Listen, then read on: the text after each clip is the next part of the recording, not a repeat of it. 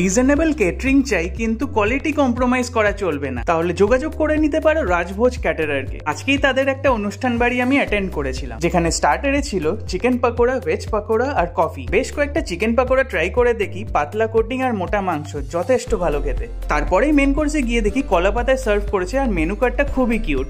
মেনুতে ছিল রাধাবল্লভী আলুর দম, গরম গরম সাদা ভাত, সাথে ঘিও। তারপরেই ঝুড়ো আলু ভাজা, ডাল আর পটল চিংড়ি। প্রত্যেকটা আইটেম ব্যাপক। আর তারপরেই নিয়ে নিলাম কাতলা কালিয়া। কিন্তু আমার অপেক্ষা ছিল কিন্তু মাটনের জন্য, কারণ রান্নার কোয়ালিটির আসল পরীক্ষা মাটন দিয়েই জাজ করা যায়। আর এটা কিন্তু মাখনের মতো সফট ছিল। তারপর চাটনি পাঁপড় মিষ্টি দিয়ে, বিশ্বাস করবে না, প্লেট পড়েছিল মাত্র 650 টাকা। পাশের একটা দাদার ফিডব্যাকও নিয়েছিলাম। আপনার রাজভোজ ক্যাটারারে খাওয়া দাওয়া কেমন লাগলো?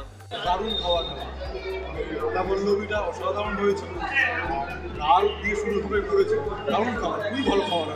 তাই তোমাদের নেক্সট অনুষ্ঠানের জন্য রাজভোজ ক্যাটারারকে যোগাযোগ করতে ভুলবে না কিন্তু।